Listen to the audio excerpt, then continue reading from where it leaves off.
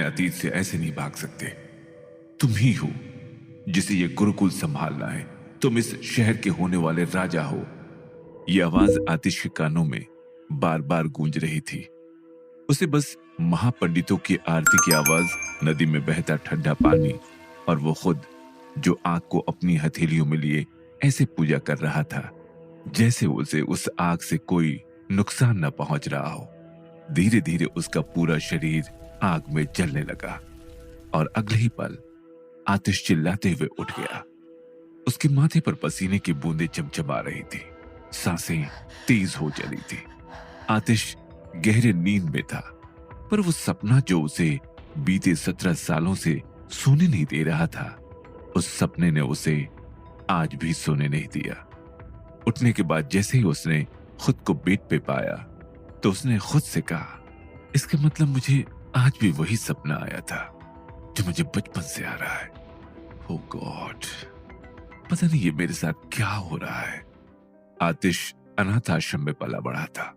वो अनाथ नहीं था, लेकिन अनाथ आश्रम से उसे पता चला था कि उसके जन्म होते ही उसके पेरेंट्स ने उसे आश्रम के बाहर छोड़ दिया था। अपनी उम्र के 16 साल तक वो आश्रम में रहा, पर अपने शांत स्वभाव के कारण वो कभी किसी से घुल मिल नहीं पाया। 16 साल पूरा होते ही उसे आश्रम से जाना पड़ा, क्योंकि उस आश्रम का रूल ही यही था कि 16 साल होने के बाद उन्हें बाहर निकलकर खुद के दम पर सरवाइव करना पड़ता था। आतिश को किसी से ज्यादा घुलना मिलना पसंद नहीं था, पर अधीरा जो उससे भले ही 5 साल छोटी थी, आश्रम में हमेशा उसके इर्द गिर्द रहती थी। कहने को तो उसके अपनों ने उसे बचपन में अकेला छोड़ दिया था, पर अधीरा ने उसकी जिंदगी में कोई रिश्ता ना होकर भी एक छोटी बहन की कमी पूरी की थी। यही वजह थी कि अधीरा ने उसके साथ आश्रम से जाने की जिद की और आतिश मना नहीं कर पाया। आतिश ने घड़ी में समय देखा तो उठने का समय हो चला था। उसने रोज की तरह अधीरा के लिए खाना बनाया और उसे उठाकर चल पड़ा अपना नाश्ते का स्टॉल लगाने। उसका पोहे का स्टॉल था जो वो अपने घर से कुछ ही दूरी पर लगाया करता था। वैसे भी नागपुर में पोहा लोगों का फेवरेट हुआ करता था। उस एरिया में और कोई पोहे का स्टॉल नहीं था, इसलिए उसका बिजनेस अच्छा चल जाता था। लोगों की भीड़ के साथ उसका पोहा भी खत्म हो चला था, इसलिए उसने मन ही मन खुद से कहा, चलो अब तक की सेविंग से घर का रेंट पे हो जाएगा, इलेक्ट्रिसिटी बिल और वाटर बिल तो भर ही दिया है, पूरे साल का कॉलेज का खर्चा भी अगले महीने की इनकम से निकल जाएगा और घर खर्च के लिए तो पहले ही मैंने अलग पैसे निकाल कर रख दिए हैं। एक कस्टमर न्यूज़पेपर पढ़ते हुए उसके स्टॉल के पास पड़ी चेयर पर बैठकर नाश्ता कर रहा था। नाश्ता होने के बाद वो कस्टमर अपना न्यूज़पेपर वहीं भूल गया, तो आतिश ने वो न्यूज़पेपर उठा लिया। उसमें सामने के पेज पर ही बड़ी सी फोटो लगी थी और कुछ यूं लिखा था, आज नागपुर में लगने वाला है साल भर का सबसे बड़ा मेला। वो उस पर ध्यान भी नहीं देता अगर उसे वहां एक इंसान की फोटो जो फायर शो दिखा रहा था वो नहीं दिखता। उसने ध्यान से देखा तो ऐसा ही कुछ तो उसके सपने में भी आता था। बस फर्क इतना था कि उस इंसान की जगह वो खुद था। ये देखकर उसने खुद से कहा, मेरा मन तो नहीं है इस फायर शो में जाने का, क्योंकि मेरे पास इतने पैसे नहीं है कि मैं इस शो पे खर्च कर सकूं। पर आज तक मैं उस सपने की वजह से ठीक से सो नहीं पाया हूं, इसलिए शायद मुझे आज इस शो में जाना चाहिए। क्या पता इस शो का कनेक्शन मुझसे हो, और अगर ऐसा नहीं भी हुआ तो मैं उस परफॉर्मर से बात करके देखूंगा कि क्या मेरे साथ जो सपने में होता है उसका क्या असल में मेरे साथ कोई कनेक्शन है या नहीं। ये सोचकर उसने जल्दी से अपना काम खत्म किया और सारा सामान वापस रखने घर आ गया। घर आकर उसने देखा कि उसकी बहन भी टीवी में उसी मेले का एड देख रही है। एड देखते वक्त उसके चेहरे पर बहुत खुशी थी, जिसे देखकर आतिश ने अधीरा से कहा, आज शाम हम कहीं घूमने जाने वाले हैं, तुम्हारे लिए सरप्राइज है, तो तैयार है ना। उसकी बात सुनकर अधीरा ने चेहरे पर बड़ी सी मुस्कुराहट लिए कहा, क्या सच में भाई? ठीक है, मैं तैयार रहूंगी और आपके कपड़े भी मैं निकाल कर रखूंगी। क्या शिवम भी हमारे साथ जा रहे हैं? अधीरा को खुश देखकर आतिश के चेहरे पर भी हल्की सी मुस्कुराहट आ गई और फिर उसने अपने रूम में जाते हुए कहा, मैंने कितनी बार तुमसे कहा है, शिवम तुमसे बड़ा है, उसे भैया बोला करो। और उससे मैंने अब तक पूछा नहीं है, पूछकर बता दूंगा। इतना कहकर वो अपने कमरे में तैयार होने चला गया और फिर अपने कॉलेज जाते वक्त उसने अधीरा का सर सहला कर कहा, जितना वक्त मैंने तुम्हें दिया है उतना पूरा पढ़कर रखना, मैं रात में पूछूंगा। फिर आतिश कॉलेज के लिए निकल गया। कॉलेज में भी वो सबसे दूर ही रहता था। कॉलेज में बस उसका एक ही दोस्त था, शिवम। दोनों पिछले 7 साल से दोस्त थे। शिवम, अधीरा और आतिश के अलावा उन तीनों की जिंदगी में कोई उनका अपना नहीं था, क्योंकि शिवम भी अनाथ था और जब से वो इस शहर में आया था तब से बस आतिश और अधीरा को जानता था। आतिश की बेंच पर पहले से ही शिवम बैठा उसका इंतजार कर रहा था। उसके आते ही शिवम ने आतिश से कहा, तूने आज न्यूज़पेपर देखा? आज साल का सबसे बड़ा मेला लग रहा है। मैंने हम तीनों के लिए टिकट्स ले ली हैं और मैं कुछ नहीं सुनूंगा, तू भी साथ चलेगा। हमेशा बिजी होने का बहाना देकर तू अधीरा को मेरे साथ भेज देता है। उसकी बात सुनकर आतिश ने उसे रोकते हुए कहा, हाँ हाँ मैं भी चल रहा हूं। मैंने तुझे अपने सपने के बारे में बताया था ना, क्या पता मुझे आज कुछ पता चल जाए। आतिश की बात सुनकर एक पल को शिवम का चेहरा फीका पड़ गया, लेकिन आतिश के देखने से पहले ही उसने अपना चेहरा नॉर्मल करके कहा, तू भी क्या उस सपने के पीछे पड़ा है, छोड़ उसे। प्रोफेसर के आने पर सब शांत हो गए और लेक्चर पर ध्यान देने लगे। कॉलेज छूटते ही शिवम के मन में जो बात चल रही थी वो उसने सोचा था कि आतिश से पूछ ही लेगा, इसलिए उसने उससे कहा, आतिश, क्या तुझे मुझ पर इतना भरोसा है कि तू अधीरा के साथ मुझे कहीं पर भी अकेले भेज देता है? शिवम की बात सुनकर एक पल को आतिश को अजीब लगा कि वो अचानक से ये सवाल क्यों कर रहा है, पर फिर उसने कुछ सोचते हुए कहा, तुम दोनों के अलावा मुझे किसी और पर भरोसा है भी नहीं। रही बात अधीरा को तेरे साथ भेजने की, तो तू जानता है ना कि मुझे बाहर जाना पसंद नहीं है, पर अधीरा और तुझे पसंद है, मैं उसे लेकर नहीं जाता। लेकिन वो तेरे साथ तो जा सकती है ना, वो मेरी बहन, मतलब तेरी बहन, तो इसमें इतना सोचने वाली क्या बात है? ये सुनकर शिवम के चेहरे पर एक पल को सीरियस भाव दिखने लगे, पर अगले ही पल उसने मुस्कुराते हुए कहा, चल तेरे ही घर चलते हैं, वहीं से सीधा मेले के लिए निकल जाएंगे। दोनों घर पहुंचे तो देखा कि अधीरा इधर उधर घूमते हुए उनका ही वेट कर रही थी। सिर्फ आतिश को घर आता देख एक पल को अधीरा हताश हो गई, पर जैसे ही उसने आतिश के पीछे से शिवम को आते देखा तो उसके चेहरे पर मुस्कुराहट आ गई। पहले अधीरा ने आतिश को गले लगाया और फिर शिवम को। आतिश को दोनों के गले लगने से कोई दिक्कत नहीं थी, क्योंकि वो जानता था कि दोनों भाई बहन जैसे हैं। आज की बात याद करके शिवम को बुरा लग रहा था, पर वो अधीरा को ये बताना नहीं चाहता था, इसलिए उसने मुस्कुराते हुए अधीरा को गले लगा लिया और उसकी तरफ चॉकलेट बढ़ा दी। अधीरा ने मुस्कुराकर वो चॉकलेट ले ली। फिर शिवम और आतिश तैयार होने के लिए आतिश के कमरे की ओर बढ़ गए। इत्तेफाक से आतिश ने शिवम को उसी कलर की शर्ट दी जिस कलर की फ्रॉक अधीरा ने पहन रखी थी। ये देख शिवम मुस्कुरा उठा। दोनों तैयार होकर बाहर आए। मेला उनके घर से ज्यादा दूर नहीं लगा था, इसलिए तीनों पैदल ही मेले की तरफ चल पड़े। जाते वक्त रास्ते में अधीरा को गुपचुप का एक स्टॉल दिखा, तो उसने आतिश के शर्ट के कोने को पकड़कर किसी बच्चे की तरह कहा, भाई गोलगप्पे। उसकी बात सुनकर आतिश ने उस तरफ देखा जहां अधीरा देख रही थी। वहां एक गोलगप्पे का स्टॉल था, पर अधीरा की तबीयत कुछ दिन पहले ही ठीक हुई थी, इसलिए उसने मना कर दिया। फिर अधीरा ने अपना मुंह फुलाकर शिवम की तरफ देखा। उसको खुद की तरफ देखता पाकर शिवम समझ गया और उसने अधीरा की तरफ देखकर आंख मार दी।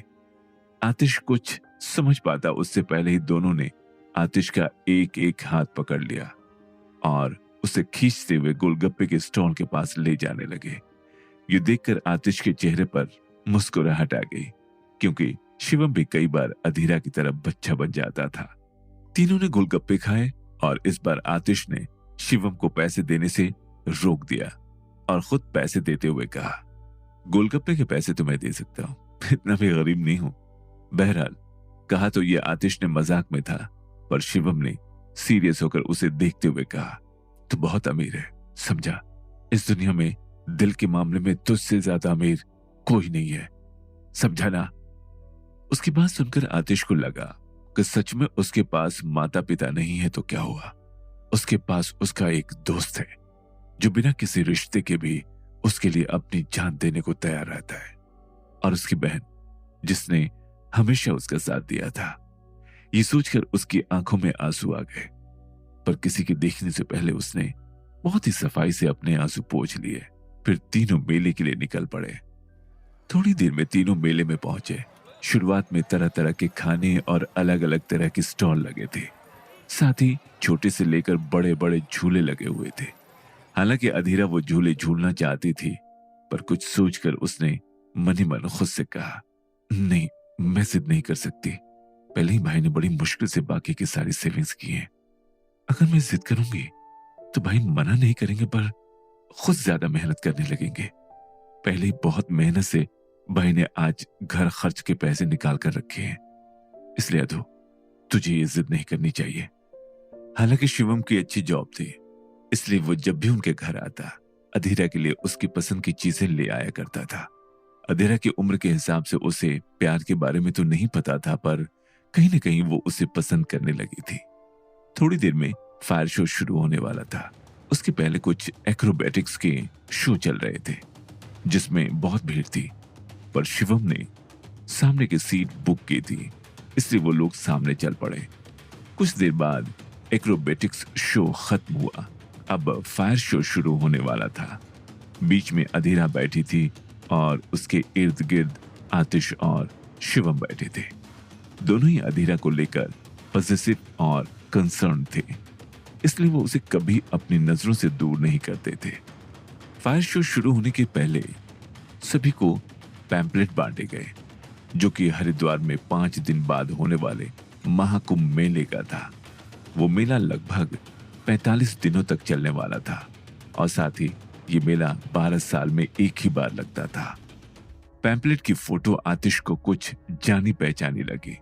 जब उसने अपने दिमाग पर जोर डाला तो उसे याद आया, और उसने खुद से कहा, ये तो सेम जगह है जो मेरे सपने में मुझे दिखाई देती है। तो क्या मुझे हरिद्वार का सपना आता है? और ऐसा है तो क्यों? पर मैं तो कभी हरिद्वार गया ही नहीं, फिर मुझे वहां के सपने क्यों आते हैं? वही नदी, वही मंदिर, वही आरती, और एक इंसान जो हथेलियों में आग लिए पूजा कर रहा था, जैसे वो सपने में किया करता था। वहीं अधीरा ने जब वो पैम्पलेट देखा तो उसे वहां जाने की बहुत इच्छा हुई। दूसरी तरफ शिवम ने जब हरिद्वार की वो फोटो देखी तो उसकी आंखों में आग उतर आई। उसने गुस्से में उस पैम्पलेट को मोड़कर वहीं फेंक दिया। वो अपने अतीत को याद भी नहीं करना चाहता था, पर वो फोटो देखते ही उसके सामने 2 चेहरे घूमने लगे, जो लगातार उससे कह रहे थे कि वो उनकी परंपरा को, उनके काम को आगे बढ़ाए, पर उसी काम की वजह से उनकी जान गई थी। तो कैसे वो इस काम को करता? कहीं न कहीं अपने अतीत की वजह से वो हरिद्वार से, वहां के लोगों से, और खासकर वहां के गुरुकुल से नफरत करने लगा था। जब अधीरा ने उनकी शर्ट के कोने को खींचा तो उसने उसकी तरफ देखा। अधीरा को देखते ही उसका गुस्सा एक पल में गायब हो गया। वो जानता था कि यह गलत था, इसलिए वो अधीरा से दूर रहने की कोशिश कर रहा था, क्योंकि कहीं न कहीं वो भी जानता था कि दिन ब दिन अधीरा का झुकाव उसकी तरफ बढ़ रहा है। थोड़ी देर बाद शो शुरू हुआ तो उसकी तरह उन तीनों की नजरें भी स्टेज पे जम गई। जो आदमी स्टेज पर फायर शो दिखाने आया था, उसने कुछ मंत्र पढ़े और अगले ही पल वो पूरा आग में जलने लगा। ये देखकर बहुत से लोग चिल्ला उठे। कुछ देर बाद वो नॉर्मल था। फिर उसने हाथों को कुछ इस तरह घुमाया कि उसके हाथों के बीच एक आग का गोला दिखने लगा। अगले ही पल उसने वो गोला ऑडियंस की तरफ फेंक दिया। सबकी चीख निकल गई। वहीं वो आग का गोला सीधे आतिश की तरफ आकर रुक गया, और फिर वो गोला वापस लौट गया। उस आग के गोले ने आतिश को टच नहीं किया था, पर आतिश को महसूस हुआ जैसे उसकी पूरी बॉडी चल रही हो। क्या होने वाला था आतिश की जिंदगी में? आखिर उसे ऐसे सपने क्यों आते थे? क्या रिश्ता था उसका आग के साथ? ये सब जानने के लिए सुनते रहिए 5 कवच, सिर्फ पॉकेट एफएम पर।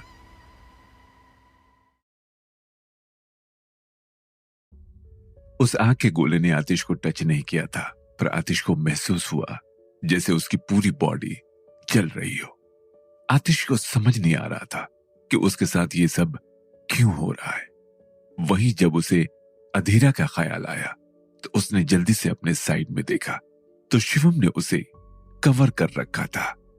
वहीं शिवम को जब एहसास हुआ कि वो आग का गोला वापस लौट चुका है तो वो अधीरा से साइड हो गया। उसे होश ही नहीं था कि आतिश उसे देख रहा है। फिर वो अधीरा का चेहरा अपने हाथ में लेते हुए कहता है, अधू, क्या तुम ठीक हो? तुम्हें कहीं लगी तो नहीं ना? उसकी बात सुनकर अधीरा मुस्कुराते हुए कहती है, मैं बिल्कुल ठीक हूं शिवम, आप चिंता मत करिए। अधीरा की बात सुनकर उसको चैन की सांस आई और तभी उसकी नजर आतिश पे गई। आतिश उन दोनों को ही देख रहा था। वो कुछ गलत ना समझ ले इसलिए शिवम ने कुछ कहना चाहा, लेकिन उससे पहले ही आतिश उसे देखते हुए कहता है, तू ठीक है ना? आतिश ने कोई सवाल नहीं किया। ये देखकर वो कहता है, हाँ मैं बिल्कुल ठीक हूं। तभी आतिश की नजर उस परफॉर्मर पर गई जो अपना शो खत्म करके बैक स्टेज जा रहा था।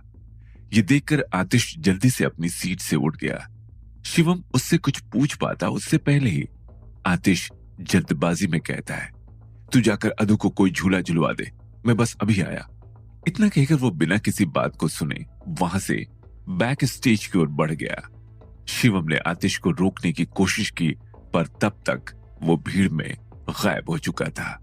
शिवम जानता था कि आतिश को यह सब पसंद नहीं है, इसलिए वो खुली हवा में गया होगा। करीबन 10 मिनट बाद आतिश बैक स्टेज पहुंच चुका था। वो उस परफॉर्मर को ढूंढने लगा जिसने फायर शो परफॉर्म किया था। थोड़ी मेहनत के बाद उसे वो इंसान दिखाई दिया तो आतिश जल्दी से उसके पास पहुंच गया। उसके पास जाते ही आतिश उसे देखते हुए कहता है, सर, मुझे आपका थोड़ा समय चाहिए था, प्लीज मना मत करिएगा। वहीं वो इंसान जिसका नाम आरुष था, उसे आतिश को देखकर ऐसा लगा जैसे वो अपने जैसे ही किसी इंसान से मिल रहा है। वो अपना हाथ आतिश की तरफ बढ़ाकर कहता है, जरूर, मैं सिर्फ आरुष। आतिश ने आरुष से हाथ मिलाया तो आरुष को अलग सी वार्मनेस महसूस हुई, फिर भी उसने सब इग्नोर किया। तभी आतिश अपना हाथ पीछे लेते हुए कहता है, आपने अभी जो शो परफॉर्म किया वो कैसे किया? I mean, आपकी बॉडी से आग की फ्लेम्स निकल रही थी, फिर भी आपको कुछ नहीं हुआ, ये कैसे पॉसिबल है? उसकी बात सुनकर आरुष मुस्कुराते हुए कहता है, हम लोगों में ये पावर बचपन से ही होती है, पर तब हमें इसका एहसास नहीं होता। पर गुरुकुल में हमें इस बारे में पता चलता है, वहां के गुरु हमें इसके बारे में बताते हैं और सब कुछ अच्छे से सिखाते भी हैं, ताकि ये सब करते वक्त हम खुद को हर्ट ना करें। ये सुनकर आतिश हरिद्वार वाला पैम्पलेट उसे दिखाते हुए पूछता है, एक्चुअली मुझे ऐसे सपने आते हैं, यही सेम नदी, आरती करते हुए महापंडित और तो और ये इंसान जिसके हाथ में आग चल रही है, इसकी जगह सपने में मैं खुद से ये सब कर रहा होता हूं। ये सब कैसे हो सकता है? मुझे ऐसे सपने क्यों आते हैं, जबकि मैं कभी इस शहर से बाहर ही नहीं गया। आतिश की बात सुनकर आरुष को जो शक था वो उसे सच होता महसूस हुआ, इसलिए वो मुस्कुराते हुए कहता है, हरिद्वार जाओ, इस महाकुंभ मेले का हिस्सा बनो, यहां तुम्हें जरूर इन सारे सवालों के जवाब मिलेंगे। क्या पता तुम सपने में जो देखते हो वो सच हो।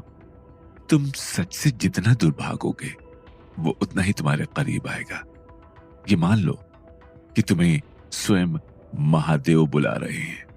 ये सब कहकर आरुष तो जा चुका था, पर वो आतिश के मन में कई सवाल छोड़ चुका था। आतिश वो पैम्पलेट हाथों में लिए बाहर आया और आसमान की तरफ देखते हुए कहने लगा, अगर मेरे हरिद्वार जाने से मुझे मेरे सवालों के जवाब मिल सकते हैं तो मैं जरूर जाऊंगा। वो जैसे ही बैक स्टेज से बाहर आया, एक इंसान ने उसे रोक लिया। वो उसके सामने आते हुए कहता है, हे, तुम बैक स्टेज गए थे ना, क्या तुम आरुष से मिले? वो मेरा दोस्त है, पर इतनी भीड़ में वो मुझे मिल ही नहीं रहा है। उसकी बात सुनकर आतिश कहता है, हाँ, वो बैक स्टेज पे ही है। इतना कहकर वो जाने लगा तो वो इंसान उसे रोकते हुए कहता है, by the way, my self arc. तुम? ये सुनकर आतिश सिर्फ एक शब्द कहता है, आतिश। आतिश नाम सुनकर उस इंसान को भी ना जाने क्यों आतिश अपने जैसा लगा, इसलिए वो उसे देखते हुए कहता है, वैसे ही तुम्हें भी हरिद्वार में लगने वाले महाकुंभ मेले में जाना चाहिए।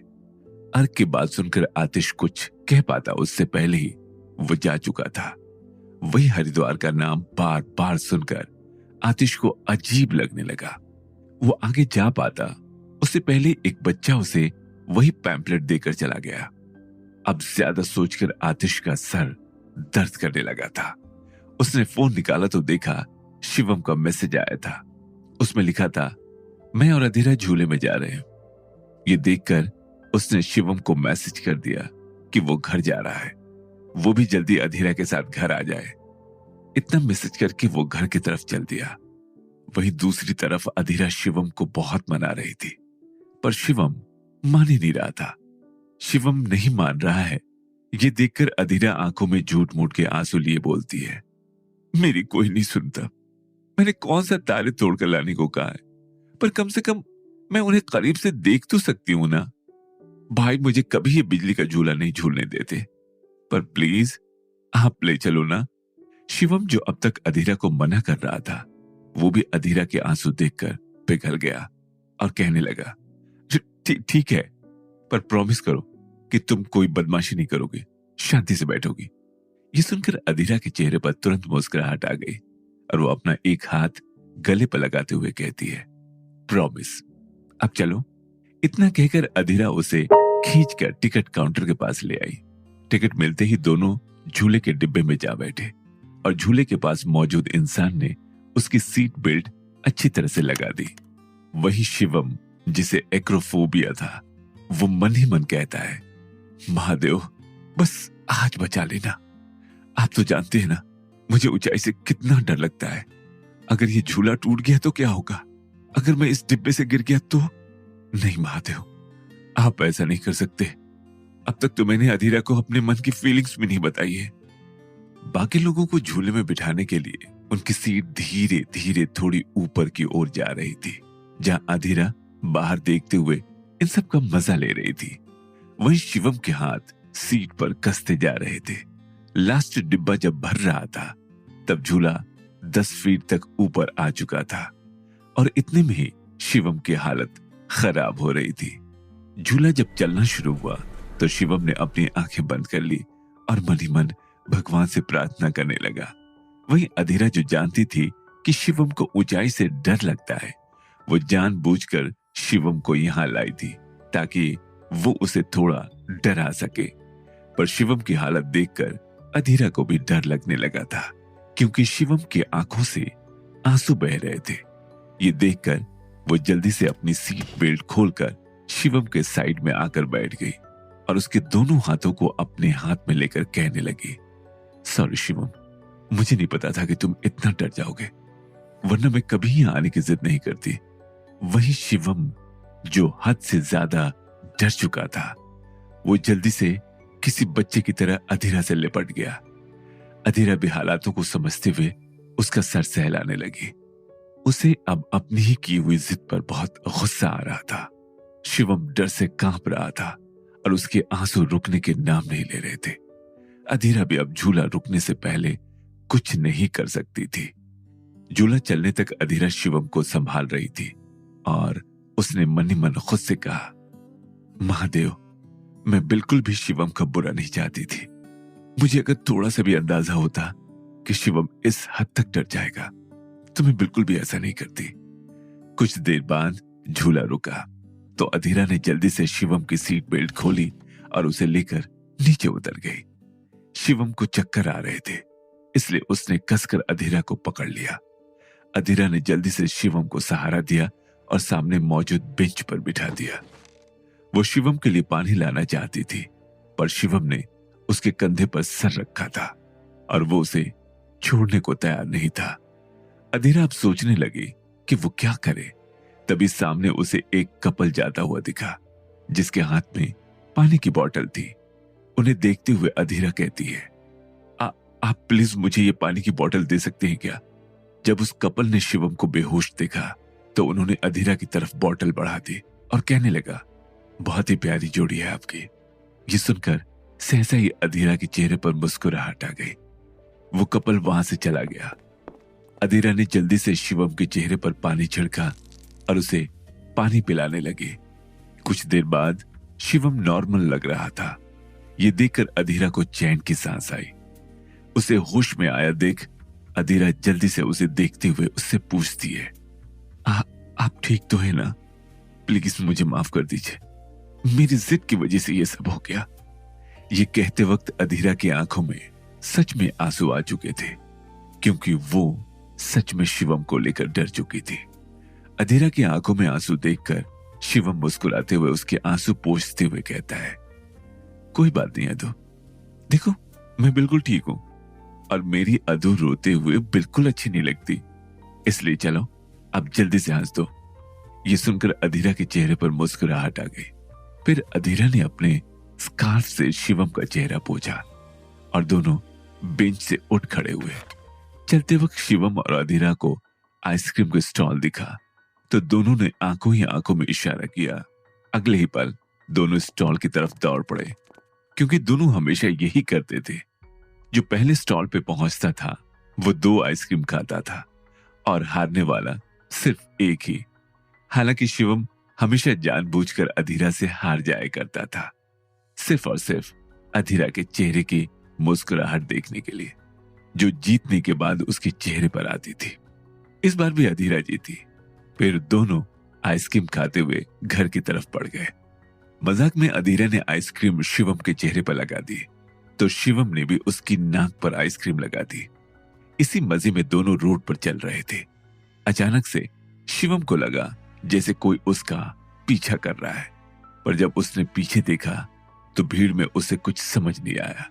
तभी अधीरा ने उसकी शर्ट का कोना पकड़ते हुए कहा, शिवम, मैं ना तुम्हें बहुत पसंद करती हूँ। आप बहुत अच्छे हैं। जब आप मेरे लिए गिफ्ट और चॉकलेट लाते हैं ना तो मुझे बहुत अच्छा लगता है। क्या आप मुझे पसंद करते हैं? ये सुनकर शिवम को समझ नहीं आया कि वो क्या कहे। उसने मनी मन अधीरा की तरफ देखकर खुद से कहा, मैं तुम्हें पसंद तो बहुत करता हूं अधू, पर आतिश मेरा दोस्त कम भाई ज्यादा है। मैं उसे धोखा नहीं दे सकता। वो तुम्हें लेकर मुझ पर बहुत भरोसा करता है और मैं उसका ये भरोसा नहीं तोड़ सकता। ये सब सोचकर उसने मन ही मन एक फैसला लिया, पर वो ये बात अधीरा को कैसे समझाए। वहीं आतिश वो पैम्पलेट हाथ में लिए अपनी सोच में गुम रास्ते पर चला जा रहा था। तभी उसने देखा कि ठंड के कारण कुछ लोग बॉनफायर के इर्द गिर्द बैठे हुए हैं, पर आतिश को सिर्फ बॉनफायर की आग दिखाई दी। आतिश को लगा कि ये सब एक दूसरे से जुड़ा हुआ है। पहले उसे बचपन से आते सपने जिसमें वो भी आग में जल रहा था और हमेशा उसे ऐसा लगता था कि ऐसा सच में हो रहा है। आज आग के गोले का उसे छूते छूते रुक जाना, उसे अपनी बॉडी में गर्मी महसूस होना, फिर उस इंसान से मिलना। तभी उसके दिमाग में कुछ आया तो उसने मोबाइल में 3 नामों का मीनिंग ढूंढा। आतिश नाम का मीनिंग आग था, आरुष नाम का मीनिंग सूरज की पहली किरण था, तो वहीं आर्क नाम की मीनिंग आग की फ्लेम्स था। ये सब देखकर उसने खुद से कहा, आग के गोले का सीन, फिर उन दोनों का मुझसे मिलना, पैम्पलेट में भी सपने वाला सेम सीन दिखना और अभी बॉनफायर दिखना। मेरा आग से क्या खास संबंध है? मेरे नाम का मतलब भी आग है। मुझसे जुड़ी हर चीज में आग क्यों है? ये सब कोइंसिडेंट तो नहीं हो सकता। शायद मुझे हरिद्वार जाना ही होगा, तभी शायद मुझे इन सवालों के जवाब मिल सकेंगे। शायद सच में महादेव का बुलावा है। तभी आरुष के साथ साथ अर्क ने भी मुझे वहां जाने के लिए कहा, और साथ ही उस बच्चे ने भी मुझे ये पैम्पलेट दिया।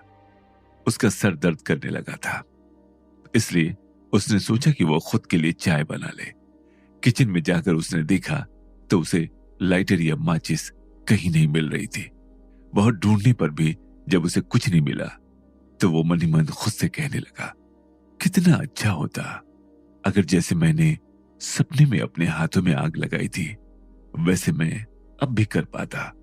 हालांकि आतिश जानता था कि ऐसा कुछ नहीं होगा, फिर भी उसने गैस के सामने अपने हाथों को उसी तरह घुमाया जिस तरह आरुष ने स्टेज पर घुमाकर आग का गोला अपने हाथों के बीच बनाया था। आतिश ने मजाक में ही अपने हाथों को उस तरह घुमाकर गैस की तरफ कर दिया और गैस पर आग लग गई थी। ये देखकर आतिश हैरान हो गया। क्या हरिद्वार जाकर आतिश की जिंदगी में कुछ बदलाव आएगा? आखिर क्या रिश्ता है आतिश का हरिद्वार और वहां के गुरुकुल से? क्यों उसे वहां के सपने आते हैं? ये सब जानने के लिए सुनते रहिए 5 कवच, सिर्फ पॉकेट एफएम पर।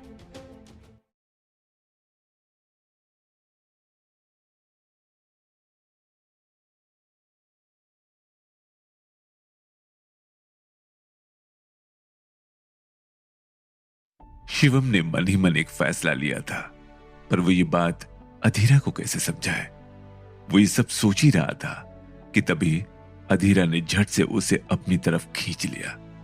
ये देखकर शिवम होश में आया, क्योंकि दोनों रोड के साइड में गिरे हुए थे। शिवम को तो अभी भी कुछ ध्यान नहीं था। अधीरा जल्दी से उठकर शिवम को ऊपर से नीचे देखती है। फिर अधीरा ने शिवम को उठाते हुए कहा, आप ठीक तो है ना? आपको कहीं लगी तो नहीं? ये सुनकर शिवम होश में आया और उसने कहा, मैं बिल्कुल ठीक हूं। तभी उसकी नजर अधीरा के हाथों पर गई, जहां कट लगने की वजह से खून बह रहा था। ये देखकर उसने जल्दी से अधीरा का स्कार्फ पकड़ा और उसे अधीरा के हाथों पर बांधते हुए कहा, तुमने ऐसा क्यों किया? अगर तुम्हें कुछ हो जाता तो मेरा मतलब कि आतिश को क्या जवाब देता?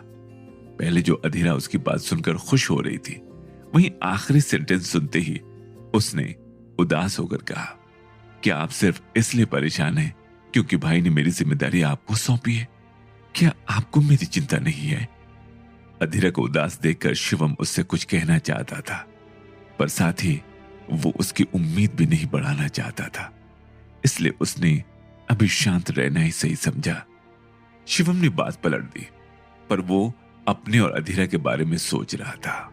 उसने सोचते हुए मन ही मन खुद से कहा, मुझे अधीरा के फीलिंग्स का पता है। अभी वो छोटी है, इसलिए इस बात पर ज्यादा ध्यान नहीं दे रही है, पर बड़े होते होते जब उसे बाकी चीजों की समझ आएगी तब वो उसे क्या जवाब देगा। और अगर मैं अपनी फीलिंग्स अधीरा को बता भी दूंगा तो ये बात आतिश से ज्यादा देर तक नहीं छुप पाएगी। मैं आतिश का भरोसा नहीं तोड़ना चाहता।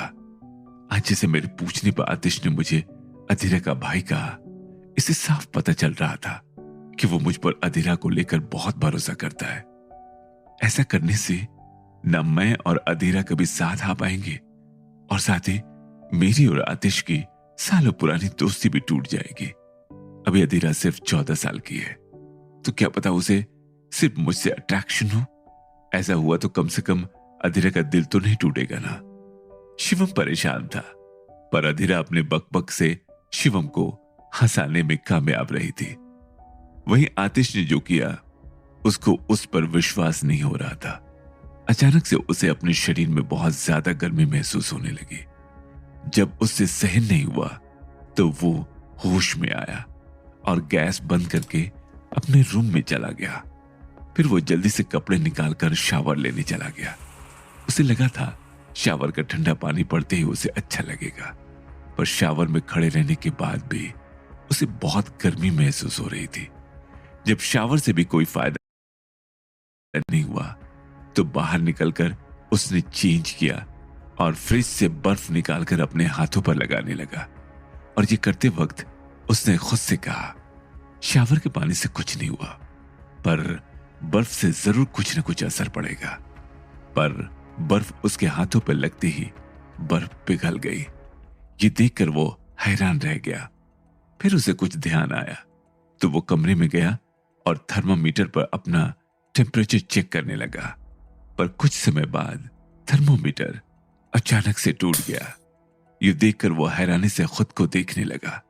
उसका शरीर आग की तरह जल रहा था। कुछ देर बाद उससे ये सहन नहीं हुआ और उसे चक्कर आ गए। घर पहुंचते ही अधीरा मुस्कुराते हुए कहती है, भाई भाई कहां हैं आप? देखिए हम आ गए। कोई आवाज न आने पर अधीरा के साथ साथ शिवम को भी थोड़ा अजीब लगा, तो दोनों आतिश के कमरे की तरफ बढ़ गए। वहां जाते ही अधीरा जोर से चिल्लाई, भाई! शिवम भी आतिश को बेहोश देख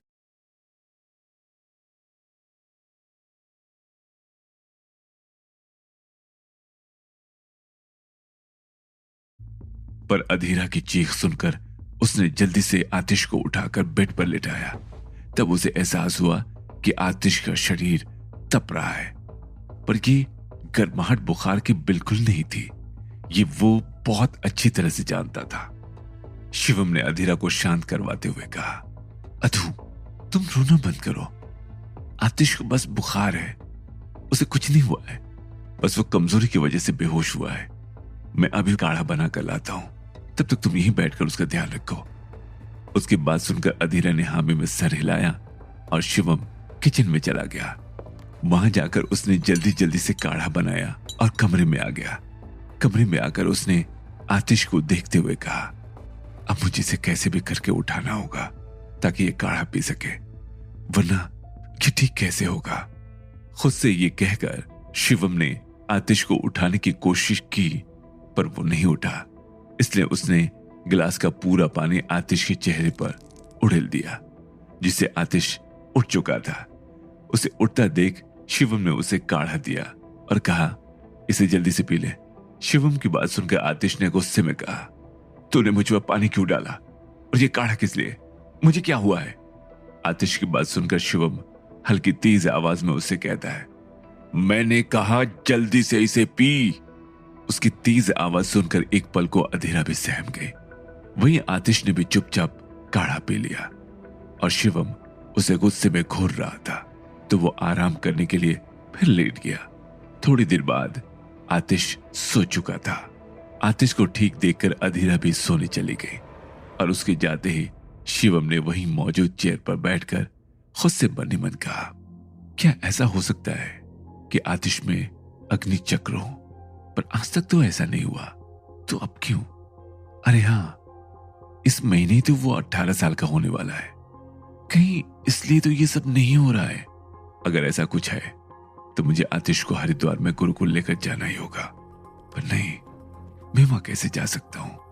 अगर मैं वहां गया तो मेरा अतीत जिससे मैं अब तक भाग रहा था वो फिर मेरे सामने आ जाएगा। मैं क्या करूं? जिस शहर ने मुझसे मेरे परिवार को छीन लिया, जिस शहर को मैं 7 साल पहले छोड़ आया, मैं वहां कैसे वापस जा सकता हूं? पर ऐसा भी तो हो सकता है कि आतिश को नॉर्मल फीवर हो और मैं कुछ ज्यादा सोच रहा हूं। ये सोचकर शिवम ने जैसे ही आतिश को ब्लैंकेट उड़ाना चाहा तो अनायास ही उसकी नजर आतिश के सीने के पास बने निशान पर चली गई। जब शिवम ने वो निशान ध्यान से देखा तो उसके कदम लड़खड़ाने लगे। उसे ऐसे लगा जैसे वो किसी भी वक्त गिर जाएगा। वो जल्दी से कमरे से बाहर निकला और गार्डन में आकर उसने एक नंबर पर कॉल लगा दी। वहीं थोड़ी ही देर बाद दूसरी तरफ से कॉल उठ गया और वहां से आवाज आई, शिवम, आपने कितने दिनों नहीं, कितने महीनों बाद कॉल किया। आपको पता भी है हमने आपको कितना मिस किया। बताइए, आज अचानक से हमारी याद कैसे आ गई? उसकी बात सुनकर शिवम ने खुद को शांत करते हुए कहा, भूमि, मुझे तुमसे बहुत जरूरी बात करनी है।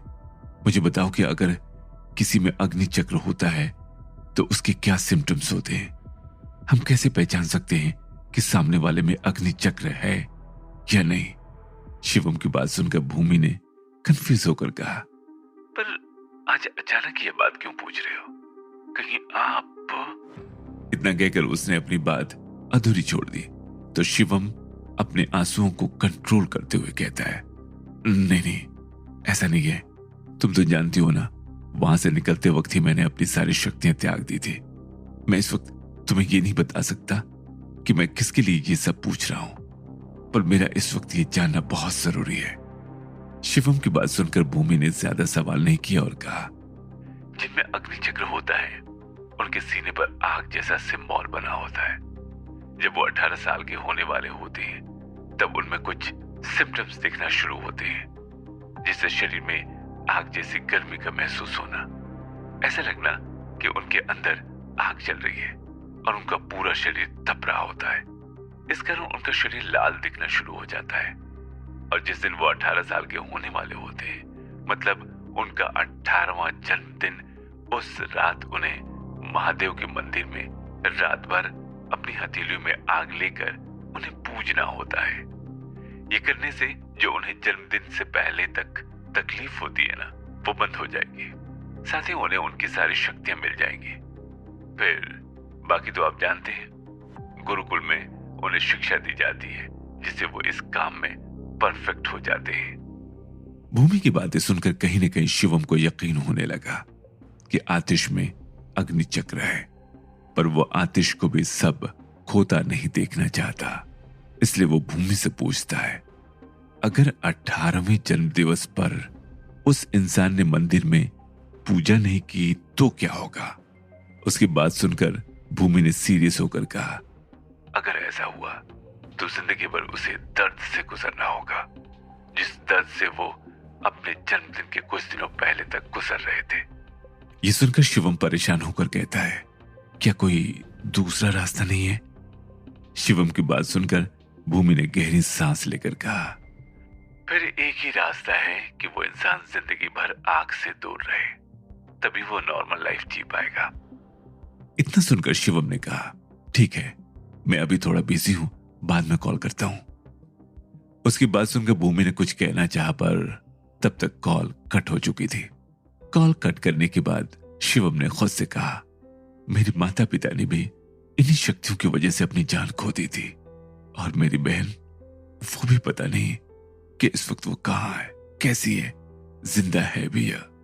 इतना कहकर शिवम की आंखों से आंसू बहने लगे। फिर कुछ सोचकर उसने खुद से कहा, नहीं, मैं आतिश को नहीं खो सकता। अगर ऐसा कुछ हुआ तो अधू का क्या होगा? वो तो अकेली पड़ जाएगी। मेरा क्या होगा? मेरा तो इस शहर में वो इकलौता दोस्त है। अचानक से शिवम की आंखों के सामने 7 साल पहले का सीन घूम गया। 2 लोग आग में झुलस रहे थे, पर कोई उन्हें बचा नहीं पा रहा था। जब शिवम वहां आया तो उसने देखा कि वो कोई और नहीं बल्कि उसके माता पिता थे। ये देखकर वो जोर से चीखा, मां, पिताजी। ये कहकर वो उनकी तरफ बढ़ने लगा, तभी कुछ लोगों ने उसे रोक लिया। वो अपनी आंखों के सामने अपने माता पिता को चलते हुए देखने लगा, पर वो 10 साल का बच्चा भी कितनी ताकत लगाता। 2 लोगों ने मजबूती से उसे पकड़ रखा था और वो मजबूरी में बस रोते हुए अपने माता पिता को देख रहा था। तभी अचानक से बिजली कड़कने की आवाज से वो होश में लौटा और उसने मन ही मन कहा, नहीं, मैं आतिश को ऐसे नहीं देख सकता, पर मैं उसे जिंदगी भर आग से दूर कैसे रखूंगा? और अगर मैंने ऐसा नहीं किया तो वो जिंदगी भर तड़पता रहेगा। पर अगर कुछ ऐसा हो जिससे आतिश मंदिर में पूजा कर ले, फिर भी उसे अपनी शक्तियों के बारे में पता ना चले तो? हाँ, अगर ऐसा हुआ तो आतिश भी ठीक हो जाएगा और मेरा डर भी खत्म हो जाएगा। हाँ, मुझे ऐसा ही करना चाहिए। मैं बस उसे हरिद्वार में उसके जन्मदिन के दिन पूजा करने को कहूंगा और फिर अगले ही दिन उसे लेकर वापस लौट आऊंगा। हाँ, मैं ऐसा ही करूंगा। इतना कहकर वो घर के अंदर चला गया। वहीं हरिद्वार के गुरुकुल में सभी महापंडित और गुरु एक कमरे में बैठे थे। सबसे सामने राजगुरु बैठे थे। बहुत देर की शांति के बाद जब राजगुरु ने कुछ नहीं कहा तो वहां बैठे एक गुरु ने कहा, राजगुरु, अब हम क्या करेंगे? पिछले 15 सालों में इस शहर में ऐसा कोई नहीं जन्मा है जिसमें अग्नि चक्र हो, और तो और जो लोग बाहर से भी आए हैं उनमें भी किसी में अग्नि चक्र नहीं है। अगर ऐसा ही रहा तो ये गुरुकुल आगे कैसे बढ़ेगा? उनकी बात सुनकर वहां मौजूद एक महापंडित ने कहा, और राजकुमारी को भी उनका जीवन साथी कैसे मिलेगा? सबसे जरूरी, अगर उनके 18 साल के होने तक उन्हें अग्नि चक्र गुण वाला जीवन साथी नहीं मिला तो उनकी जान पर खतरा बन जाएगा। यह सुनकर सामने बैठे राजगुरु ने कहा, नहीं, ऐसा नहीं हो सकता। हमारा मन कहता है कि इस बार महाकुंभ मेले में वो इंसान जरूर आएगा जो इस गुरुकुल को आगे बढ़ाने में काबिल होगा, जो हमारी राजकुमारी की जिंदगी में आकर उसकी कुंडली का दोष हटाएगा। वो जरूर आएगा जो यहाँ के शिष्यों को संभालने के योग्य होगा। पर पता नहीं क्यों हमें यह शक है कि वो यहां ज्यादा दिन नहीं रुकेगा। फिर उन्होंने अपने एक विश्वासी आदमी की तरफ देखते हुए कहा, मैं चाहता हूं कि इस बार जितने भी लोग महाकुंभ मेले में आए उनको चेक किया जाए। कोई भी इंसान बिना चेकिंग के वापस नहीं जाना चाहिए। जितनी सिक्योरिटी की जरूरत हो यूज करो, पर सबकी चेकिंग होनी चाहिए। उनकी बात सुनकर वो आदमी जिसका नाम अगस्त्य था उसने कहा, जी राजगुरु, जैसी आपकी इच्छा। तभी हरिद्वार के महापंडित ने राजकुमारी की कुंडली देखते हुए कहा, जिस इंसान में अग्नि चक्र है उससे राजकुमार की शादी उनके 18वें जन्म दिवस पर ही हो जानी चाहिए।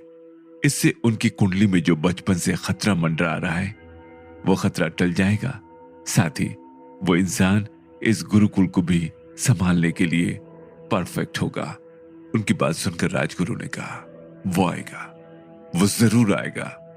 वहीं अचानक आतिश को उसे इंसान की आवाज आने लगी। वो आएगा, उसे आना ही होगा। उसे वही सपना आने लगा। अचानक से उसकी नींद खुल गई। फिर से सपने में वही आवाज सुनकर आतिश परेशान हो गया और उसने मन ही मन खुद से कहा, अब तो मुझे वहां जाना ही होगा, पता करना ही होगा कि कौन है जो बिन पहचान मुझे बुला रहा है। आतिश को ध्यान ही नहीं रहा कि शिवम जो उसके बाजू में ही लेटा था वो हैरानी से उसे ही देख रहा था।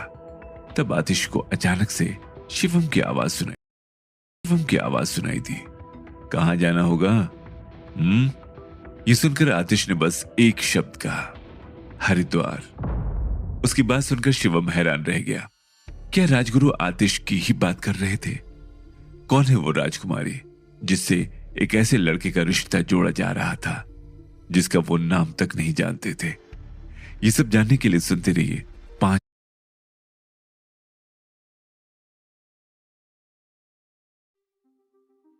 जब आतिश ने कहा कि उसे हरिद्वार जाना है तो शिवम हैरान रह गया।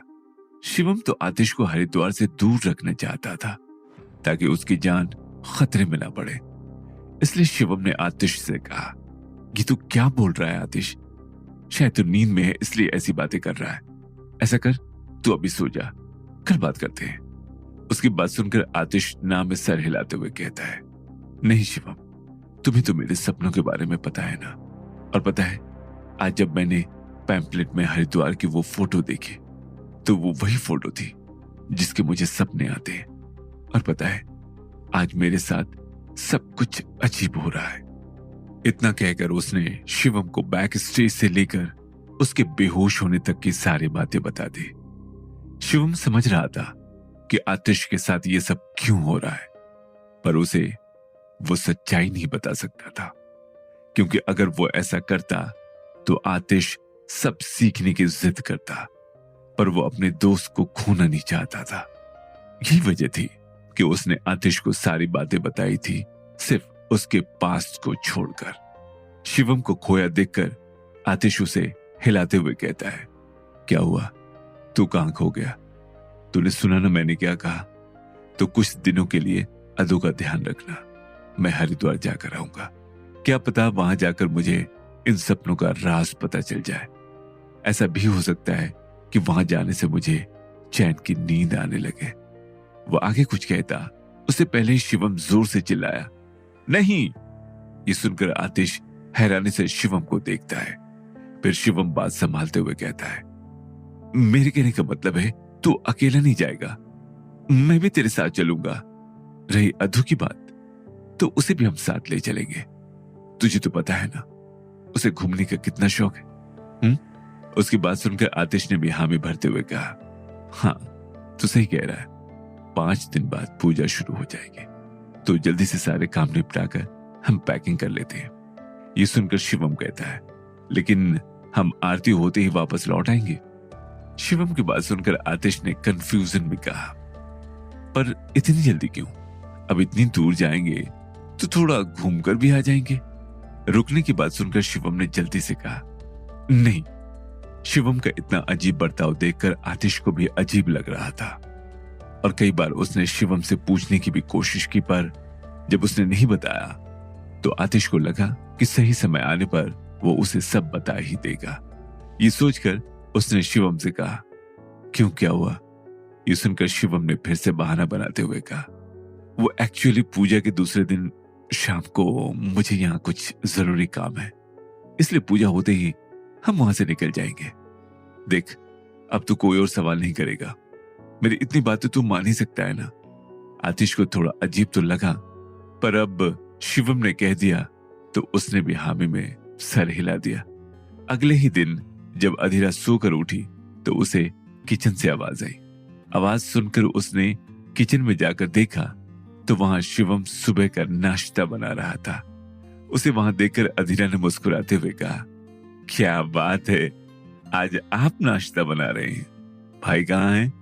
उसकी बात सुनकर शिवम ने एक नजर उसे देखा, फिर उसने मुस्कुराते हुए कहा, हाँ मैं नाश्ता बना रहा हूं, और वो भी तुम्हारा फेवरेट।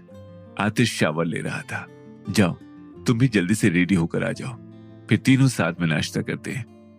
उसके बाद आतिश और मेरी तरफ से तुम्हारे लिए एक सरप्राइज भी होगा। अधीरा प्यार से शिवम को काम करते देख रही थी। शिवम की बात खत्म होते ही अधीरा ने शिवम के गालों पर किस करते हुए कहा, आप बहुत अच्छे हैं, मैं अभी रेडी होकर आती हूँ। इतना कहकर अधीरा तो वहां से जा चुकी थी, पर शिवम अब भी हैरान था। जिस गाल पर अधीरा ने किस किया था, उसने उस गाल पर हाथ रखकर खुद से कहा, मैं इतना बदनसीब हूं कि इस किस पर खुश भी नहीं हो सकता। मुझे जल्द से जल्द अधू को खुद से दूर करना होगा। थोड़ी देर बाद सब नाश्ता करने बैठ चुके थे। नाश्ता करते वक्त अधीरा ने आतिश से पूछा, भाई शिवम किस सरप्राइज की बात कर रहे थे? उसकी बात सुनकर आतिश ने हल्की मुस्कान के साथ कहा, अधू पैकिंग कर लो, हम कुछ दिनों के लिए हरिद्वार जा रहे हैं, वहां के महाकुंभ मेले में शामिल होने के लिए। ये सुनकर अधीरा बहुत खुश हो गई और नाश्ता करते ही कमरे में पैकिंग करने चली गई। शिवम का नाश्ता होने के बाद उसने आतिश से कहा, मैं भी जाकर पैकिंग कर लेता हूं। शिवम की बात सुनकर आतिश ने कहा, हाँ कर ले, और आज कॉलेज में नहीं आ रहा, मेरी तबीयत थोड़ी ठीक नहीं लग रही है। आतिश की बात सुनकर शिवम ने कहा, ठीक है तू आराम कर, मैं हम दोनों की लीव एप्लीकेशन दे दूंगा। इतना कहकर शिवम वहां से निकल गया। वहीं आतिश पैकिंग करते हुए सोच रहा था कि क्या हरिद्वार जाकर कोई फायदा होगा या कुछ हाथ नहीं लगेगा। उसी रात अधीरा सो चुकी थी और आतिश कमरे की खिड़की के पास खड़ा अपने सपने के बारे में सोच रहा था। तभी उसे अपने गार्डन में एकदम से कुछ गिरने की आवाज आई। जब उसने ध्यान से बाहर देखा तो कोई इंसान गिरा था जो आग में जल रहा था। ये देखकर उसने जल्दी से उस इंसान को बचाने के बारे में सोचा और गार्डन की तरफ भागा। वहां जाते ही उसने देखा तो वहां कोई नहीं था। जिस जगह वो इंसान था, आतिश ने वहां जाकर देखा तो वहां उसे एक जला हुआ पेपर दिखाई दिया। उसने वो पेपर उठाया तो वो साइड से जला हुआ था और उसके बीच में कुछ लिखा हुआ था। उसने पढ़ने की कोशिश की तो वो संस्कृत में लिखा था। ये देखकर वो जल्दी से कमरे में गया और मोबाइल में मौजूद ट्रांसलेटर की मदद से उसे ट्रांसलेट करने लगा। जब उसका ट्रांसलेशन हिंदी में हो गया तो उसने खुद वो सेंटेंस पढ़ते हुए कहा, तुम्हें हरिद्वार जाना होगा, तुम्हें गुरुकुल जाकर अपने शक्तियों पे काम करना होगा। ये पढ़कर उसके हाथ से एकदम से पेपर गिर गया। आज एक ही दिन में उसके साथ इतनी अजीब चीजें हो चुकी थी कि उसे लग रहा था कि वो पागल हो जाएगा। उसने खुद को शांत करते हुए वो पेपर फिर से उठाया तो वो पेपर दिखने में कोई नॉर्मल पेपर नहीं था, बल्कि ऐसे पेपर तो सालों पहले राजा महाराजाओं के समय इस्तेमाल हुआ करते थे। वो बेड पर बैठकर यह सब सोचने लगा और उसे पता ही नहीं चला कब उसकी नींद लग गई। वो इस बात से अनजान था कि उसके कमरे की खिड़की के पास खड़ा साया बहुत देर से उसे देख रहा था। जब उसने देखा कि आतिश सो गया तो उसने किसी को कॉल करके कहा, काम हो गया है।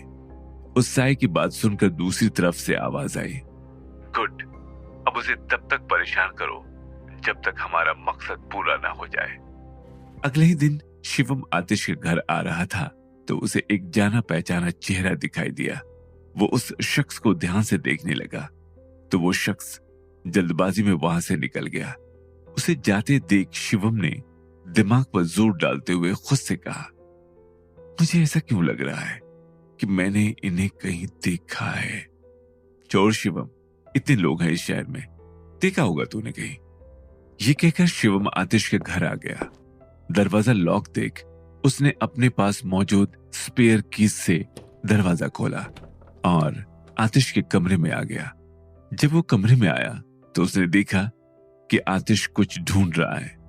ये देखकर शिवम ने उससे कहा, क्या हुआ, इतनी सुबह सुबह तू क्या ढूंढ रहा है। शिवम की बात सुनकर आतिश ने उसे कल उसके साथ हुई सारी चीजें बता दी और कहा, मैं वही पेपर ढूंढ रहा हूं जो कल मुझे गार्डन में मिला था।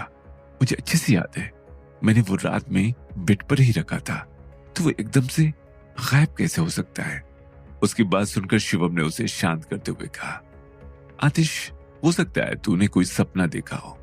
वैसे भी तुझे कई दिनों से ऐसे सपने आ रहे हैं, तो हो सकता है वो भी कोई सपना हो।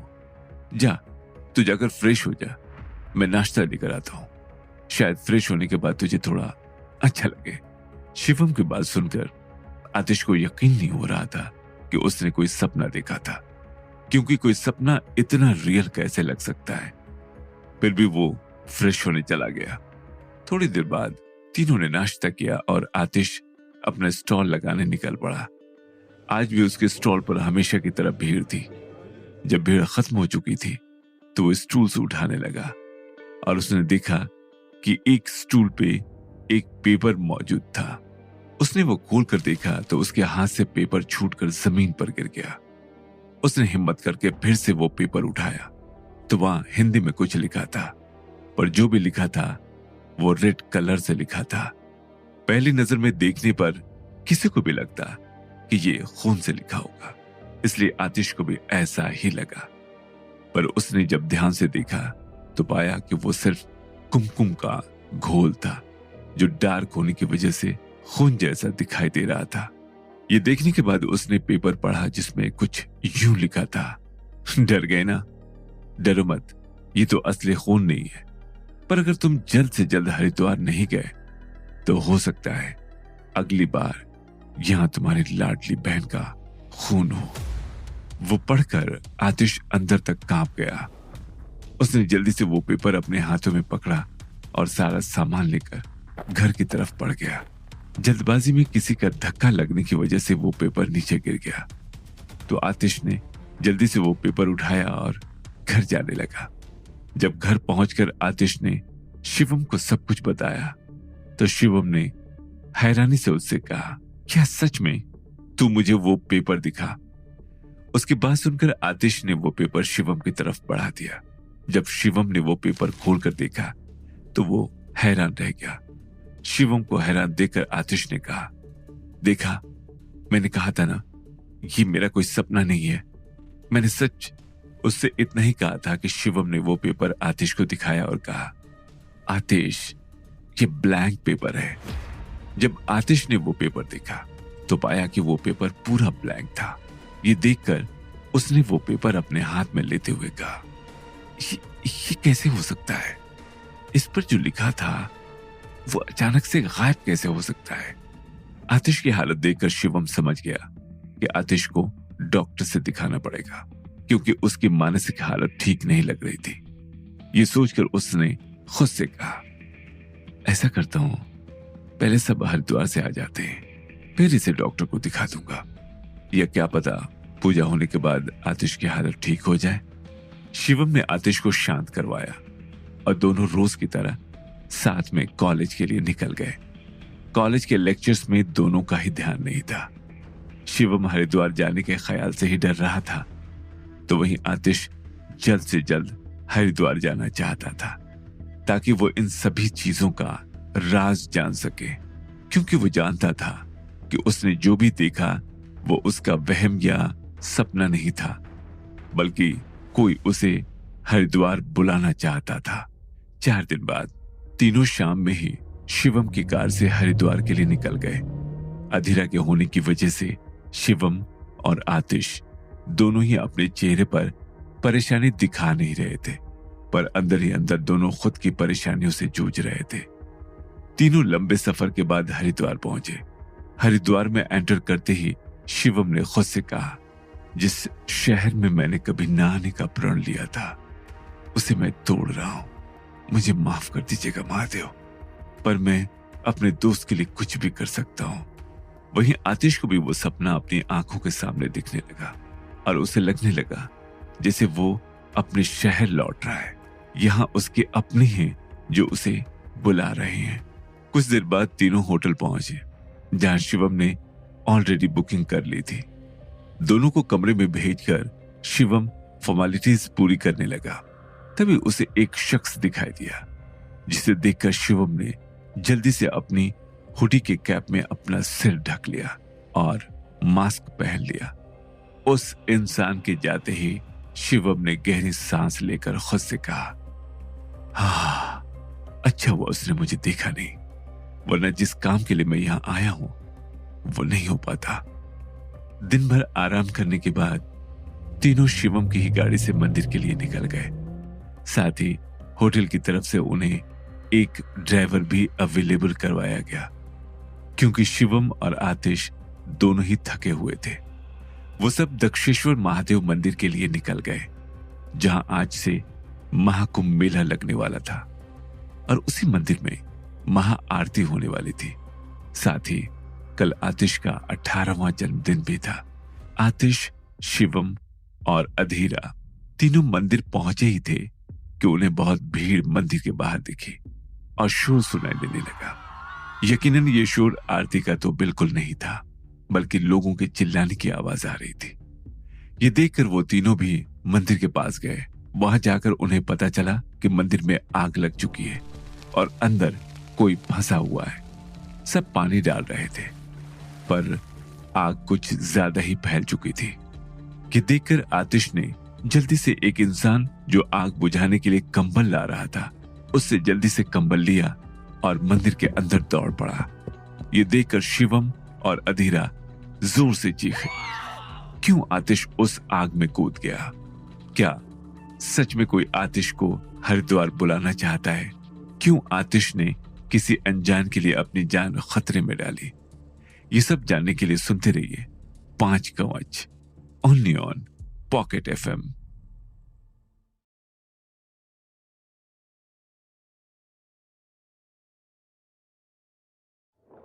जब शिवम ने यह देखा तो उसने आतिश को रोकने की कोशिश की, पर तब तक वो जा चुका था।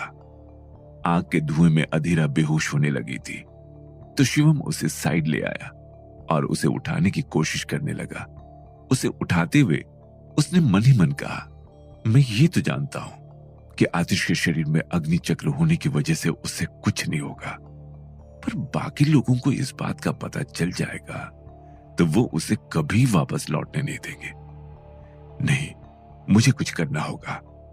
शिवम ने जल्दी से अपना फोन निकालकर टिकट बुक की और तब तक अधीरा भी उठ चुकी थी। जब उसे आतिश का ख्याल आया तो उसने रोते हुए कहा, शिवम भाई कहां हैं? बोलो ना भाई कहाँ है, मुझे उनसे मिलना है। भाई ठीक तो है ना? अगर भाई को कुछ हो गया तो मैं नहीं जी पाऊंगी। ये सुनकर शिवम की भी आंखों में आंसू आ गए, क्योंकि उसे भी आतिश की फिक्र हो रही थी। पर वो अधीरा को अकेला छोड़कर जाना नहीं चाहता था। तभी उसके दिमाग में एक आइडिया आया। उसने अधीरा को समझा दिया और उसे अपनी कार में बिठाकर खुद मंदिर की तरफ बढ़ गया। वहीं आतिश को अंदर आने से पहले अपनी शक्तियां याद आई और उसने उसे टेस्ट करने के लिए अपना हाथ साइड में मौजूद मशाल में डालकर देखा। जब उसने अपना हाथ निकाला तो उसे कोई नुकसान नहीं पहुंचा, इसलिए वो अंदर आया था। जब उसने अंदर देखा तो मंदिर काफी बड़ा था। थोड़ी देर ढूंढने के बाद उसे एक लड़की दिखाई दी जो बेहोश पड़ी थी। वो उसकी तरफ बढ़ ही रहा था कि तभी उसकी नजर ऊपर गई। वहां एक दरवाजा जो पूरी तरह से आग से जल रहा था, वो उस लड़की पर गिरने वाला था। ये देखकर आतिश जल्दी से उस ओर भागा और उसने जल्दी से उस लड़की के ऊपर कूदकर उस लड़की को पूरी तरह से कवर कर लिया। अगले ही पल आग में जलता वो दरवाजा आतिश के ऊपर गिर गया और आतिश की चीख निकल गई। हालांकि आतिश को जलन का एहसास नहीं हुआ, पर दरवाजा भारी होने की वजह से उसे दर्द महसूस हो रहा था। उसके ऊपर गिरकर दरवाजा टूट चुका था और हर जगह उसके टुकड़े बिखर चुके थे। वो बहुत मुश्किल से दरवाजे का एक हिस्सा खुद के ऊपर से हटाकर उठ खड़ा हुआ। फिर उसने अपने साथ लाई कंबल से उस लड़की को पूरी तरह से कवर किया और उसे अपनी बाहों में उठाकर बाहर की तरफ चल दिया। पर अचानक से उसके सामने एक और टीन से बनी हुई चीज गिरी जो आग में जल रही थी। ये देखकर आतिश ने ऊपर नजर घुमाई और खुद से ही कहा, लगता है इस रास्ते से मैं नहीं जा पाऊंगा। यहां तो हर जगह कोई न कोई चीज गिर रही है। मैं इस लड़की को अपने साथ लेकर इसे पार नहीं कर सकता हूं। पीछे के दरवाजे से जाकर देखता हूं। इतना कहकर उसने इधर उधर नजर दौड़ाई तो उसे एक दरवाजा दिखाई दिया जहां ज्यादा आग भी नहीं लगी थी और साथ ही रास्ता भी साफ था। ये देखकर आतिश उस ओर बढ़ गया। थोड़ी देर बाद बाहर आकर उसने उस लड़की को वहां मौजूद कारपेट पर लिटाया और उस लड़की को सही सलामत देख मंदिर के बाहर मौजूद भीड़ राजकुमारी कहते हुए उसकी तरफ आने लगे। वो कुछ समझ पाता उससे पहले ही शिवम उसके साइड से आया और उसे खींचकर जल्दबाजी में वहां से ले जाने लगा। ये देखकर आतिश ने शिवम से कहा, अरे शिवम, तू मुझे कहां ले रहा है? वो लड़की वहां अकेली है और अधु कहां है? तू उसे अकेला छोड़कर क्यों आया और इतनी जल्दबाजी में तू मुझे कहां ले जा रहा है? आतिश की बात सुनकर शिवम ने जल्दबाजी में वहां से उसके साथ जाते हुए कहा, तू चिंता मत कर, उस लड़की के लिए वहां बहुत लोग मौजूद हैं। अधु को मैंने होटल भेज दिया है और हम भी वहीं जा रहे हैं। यहां से निकलते ही छोटे से मंदिर में पूजा करके हम आज ही यहां से निकल जाएंगे। शिवम की बातें सुनकर आतिश कंफ्यूज होकर कहता है, पर इतनी जल्दी क्यों? आज ही तो हम यहां आए हैं। फिर वो आगे कुछ कहता उससे पहले शिवम ने कहा, तुझे मेरी कसम है आतिश, मैं जैसा कह रहा हूं वैसा कर। प्लीज अभी कोई सवाल मत कर, मैं बाद में तुझे सब बता दूंगा। बस अभी मैं जैसे कहूं वैसा कर। यह सुनकर आतिश शांत पड़ गया। गेट के पास पहुंचते ही शिवम ने अपनी कैप और गॉगल्स आतिश को पहना दिए और शिवम सबसे छुपाकर आतिश को मंदिर से बाहर ले आया। थोड़ी देर में शिवम और आतिश पैदल ही दूसरे मंदिर में पहुंच चुके थे, जो उस मंदिर से काफी करीब था। वहां पहुंचते ही शिवम ने आतिश की तरफ इशारा कर वहां मौजूद पंडित जी से कहा, पंडित जी, कल इसका 18वां जन्मदिन है, इसके लिए हमें पूजा करानी है। उसकी बात सुनकर पंडित जी ने कहा, पर जन्मदिन कल है तो हमारे हिसाब से पूजा भी कल ही करनी चाहिए। पंडित जी की बात सुनकर शिवम ने कहा, देखिए पंडित जी, हमें इमरजेंसी में आज ही यहां से निकलना है, तो प्लीज जल्दी से पूजा करवा दीजिए। ये सुनकर पंडित जी को थोड़ा अजीब लगा, पर उन्होंने पूजा शुरू कर दी। पूजा खत्म होते ही पंडित जी ने आतिश की कलाई पर मौली का धागा बांधा और दोनों को टीका लगाकर प्रसाद दिया। इसके बाद दोनों ने पंडित जी का आशीर्वाद लिया और उन्हें पैसे देकर निकल पड़े। वहीं मंदिर के बाहर अपनी बेटी को देख राजगुरु जल्दी से उस तरफ दौड़े, साथ ही बाकी लोग भी उस तरफ बढ़ गए। पानी छिड़कने से कुछ ही देर में उसे होश आ गया था और उसे होश आता देख राजगुरु ने अपने आदमियों से कहा, जल्दी से उस इंसान को ढूंढो जिसने मीरा को बचाया है।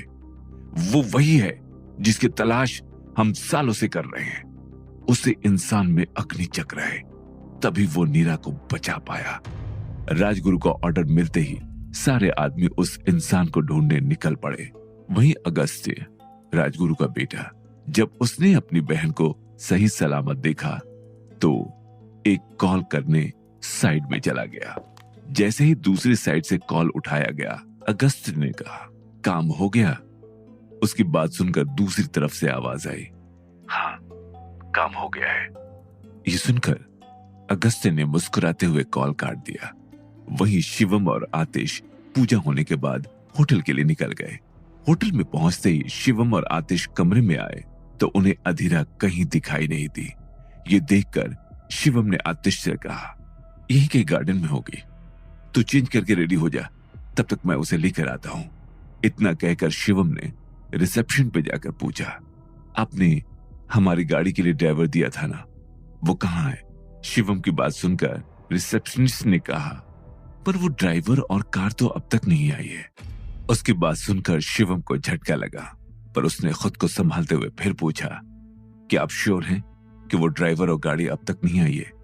ये सुनकर रिसेप्शनिस्ट ने कहा, जी sir, I am very sure. Receptionist की बात सुनकर शिवम ने अधीरा को फोन किया तो फोन स्विच ऑफ बताने लगा। फिर शिवम ने रिसेप्शनिस्ट से ड्राइवर का नंबर लेकर उसके नंबर पर कॉल किया, लेकिन वो भी आउट ऑफ नेटवर्क बताने लगा। ये देखकर शिवम का दिल बैठा जा रहा था। उसे समझ नहीं आ रहा था कि वो क्या करे, कहां ढूंढे अधीरा को। तब तक आतिश भी वहां आ गया। शिवम को परेशान देखकर आतिश ने कहा, क्या हुआ, तो इतना परेशान क्यों है, और अधु कहां है? आतिश की बात सुनकर शिवम के आंखों से आंसू बह निकले और उसने कहा, आतिश, मैं सच कह रहा हूं, मैंने अधु को ड्राइवर के साथ होटल ही भेजा था। वो हमसे पहले निकले थे, फिर भी अब तक नहीं पहुंचे हैं। मैंने उसे कॉल भी किया तो फोन स्विच ऑफ बता रहा है और ड्राइवर का फोन आउट ऑफ नेटवर्क बता रहा है। यह सुनकर आतिश ने शिवम के गाल पर एक जोरदार थप्पड़ जड़ दिया। शिवम की आंखों से आंसू बहने लगे। उसे इस बात का बुरा नहीं लग रहा था कि आतिश ने उसे थप्पड़ मारा, बल्कि उसे अधीरा की फिक्र हो रही थी, क्योंकि उसने ही अधीरा को अकेला छोड़ा था। तभी उसे कुछ आवाज आई तो उसने पीछे मुड़कर देखा। आतिश ने वहां के मैनेजर को कॉलर से पकड़ रखा था और उसने उसे धमकाते हुए कहा, अगर मेरी बहन को कुछ भी हुआ ना तो मैं छोड़ूंगा नहीं तुम सबको। तुम्हारे ड्राइवर को यह जिम्मेदारी दी गई थी कि वो उसे यहां सही सलामत वापस लाए, पर तुम्हारा वो ड्राइवर ही गायब है। मैं किसी को नहीं छोड़ूंगा। इतना कहकर आतिश ने उसे एक मुक्का जड़ दिया। ये देखकर शिवम ने उसका हाथ मैनेजर के कॉलर से छुड़ाते हुए कहा, ये सब करने से कुछ नहीं होगा आतिश, इस वक्त हमें अधु को ढूंढना चाहिए। शिवम की बात सुनकर आतिश ने मैनेजर को छोड़ उसका कॉलर पकड़ते हुए कहा, नाम मत ले उसका। तेरी वजह से, सिर्फ तेरी वजह से मेरी बहन, मेरी अधु गायब है। मैंने तुझे उसकी जिम्मेदारी दी थी ना, तो तू उसे अकेला छोड़कर क्यों आया? क्यों तू उसके साथ नहीं रहा? मैं कोई छोटा बच्चा नहीं हूं जो तुम मुझे बचाने आया। तू जानता है ना अधु कितनी मासूम है, उसे दुनिया की समझ नहीं है, फिर क्यों तूने उसे अकेला छोड़ा? क्यों? आखिरी सेंटेंस कहते वक्त आतिश घुटने के बल गिर पड़ा और रोते हुए बड़बड़ाने लगा, कहां होगी मेरी बहन? उससे कुछ हो गया तो मैं क्या करूंगा? उसकी बात सुनकर शिवम ने उसे उठाते हुए कहा, आतिश, यह कमजोर पड़ने का वक्त नहीं है, हमें अभी अधु को ढूंढना होगा। यह सुनकर आतिश पे उठ खड़ा हुआ। वहां के मैनेजर ने एक गाड़ी और ड्राइवर उसके साथ भेजा, जिसे पूरे हरिद्वार का कोना कोना पता था। वो तीनों पूरे हरिद्वार में अधीरा को ढूंढने लगे। हर मंदिर से लेकर गली तक, हर घाट से लेकर गार्डन तक। रात से सुबह हो गई, पर उन्हें अधीरा कहीं भी नहीं मिल रही थी। ये देखकर आतिश पूरी तरह टूट रहा था। वहीं शिवम की भी कुछ ऐसी ही हालत थी, पर अभी वो हिम्मत नहीं हार सकता था, क्योंकि उसे इस वक्त अधीरा को ढूंढना था और आतिश को भी संभालना था। साथ ही आतिश को गुरुकुल से भी दूर रखना था। वहीं गुरुकुल में राजगुरु ने अपने आदमी को कॉल लगाते हुए कहा, क्या हुआ? उस लड़के का कुछ पता चला? उनकी बात सुनकर कॉल पर मौजूद आदमी ने कहा, नहीं राजगुरु, हम सब जगह उसे ढूंढ रहे हैं। ये सुनकर राजगुरु हल्के गुस्से में कहते हैं, ये क्या बेवकूफी कर रहे हो तुम लोग? वो यहां का नहीं है, इसका मतलब वो किसी होटल में ही रुका होगा। उसे वहां ढूंढो। और वो जल्दी वहां से निकल गया, इसका मतलब वो यहां से जाने की तैयारी में है। तो तुम तो कुछ आदमियों को देहरादून के एयरपोर्ट पर, कुछ रेलवे स्टेशन पर, कुछ आदमियों को बस स्टैंड पर भेजो। उसका चेहरा तो सबने देखा ही है। बस वो जैसे ही मिले उसे यहां ले आओ, पर ध्यान से, उसे कुछ होना नहीं चाहिए। ये कहकर उसने कॉल कट कर दिया। अगस्त्य जो उनके कमरे के दरवाजे के पास खड़ा था, उसने उनकी पूरी बातें सुन ली थी। कॉल कटते ही उसने कहा, पिताजी, क्या मैं अंदर आ सकता हूं? उसकी बात सुनकर राजगुरु ने उसे देखते हुए कहा, जी आइए। राजगुरु की बात सुनकर अगस्त्य ने कहा, पिताजी, आप अपने सारे आदमियों को रोक दीजिए। अब उस लड़के को ढूंढने की कोई जरूरत नहीं है। मुझे वो लड़का मिल चुका है पिताजी, और शाम तक वो आपके सामने होगा। अगस्त्य की बात सुनकर राजगुरु ने हैरानी से कहा, क्या वो तुम्हें मिल चुका है? पर कैसे? हमारे आदमी उसे ढूंढ रहे हैं, पर उन्हें अब तक वो लड़का नहीं मिला, तो तुम्हें इतनी जल्दी कैसे मिल गया? ये तुम क्या कह रहे हो? मुझे कुछ समझ नहीं आ रहा है। थोड़ा अच्छे से डिटेल में समझाओ। वहीं वो तीनों अभी भी हरिद्वार में अधीरा को ढूंढ ही रहे थे। तभी आतिश रोते रोते बेहोश हो गया। शायद चोट लगने की वजह से और रोने की वजह से वो बेहोश हो गया था। तभी शिवम ने ड्राइवर को एक मंदिर के पास गाड़ी रोकने के लिए कहा। जब ड्राइवर ने गाड़ी रोकी तो शिवम मंदिर के अंदर गया और उसने महादेव की मूर्ति को देखकर कहा, महादेव, क्यों कर रहे हैं आप ऐसा? क्यों? आपने मुझसे मेरे माता पिता को छीन लिया। बहन भी पता नहीं कहां है। फिर भी मैंने आपसे कोई शिकायत नहीं की और ना ही कभी नफरत की। बस आपकी मर्जी मानकर इस शहर से दूर चला गया। वहां जाकर मेरी जिंदगी में दो इंसान आए, एक आतिश, मेरा दोस्त, भाई, परिवार, सब, और दूसरी अधू, मेरा प्यार, जिसके बिना मैं रहने के बारे में सोच भी नहीं सकता हूं। प्लीज कोई तो इशारा दीजिए, कहां है अधू? तब शिवम के पास जो आतिश का फोन था, उस पर कॉल आया। ये देखकर उसके चेहरे पर मुस्कुराहट आ गई और उसने कॉल उठाते हुए कहा, अधू, तुम कहां हो? तुम ठीक तो हो ना? तुम कॉल क्यों नहीं उठा रही थी? वो कुछ और कहता, उससे पहले ही सामने एक आदमी हंसते हुए कहता है, इतना फिक्र? चलो अच्छा है। अगर ये लड़की तुम्हें सही सलामत चाहिए तो ये जिसका फोन है उससे गुरुकुल आने के लिए कह दो। और हाँ, ज्यादा लेट नहीं होना चाहिए, वरना वो लड़की बचेगी नहीं। इतना कहकर वहां से कॉल कर चुका था और शिवम बस हेलो हेलो करता रहा। आखिर किसने अधीरा को किडनैप किया होगा और क्यों? क्या शिवम और आतिश अधीरा को बचा पाएंगे? क्या शिवम अधीरा के लिए आतिश की जान खतरे में डालेगा? ये सब जानने के लिए सुनते रहिए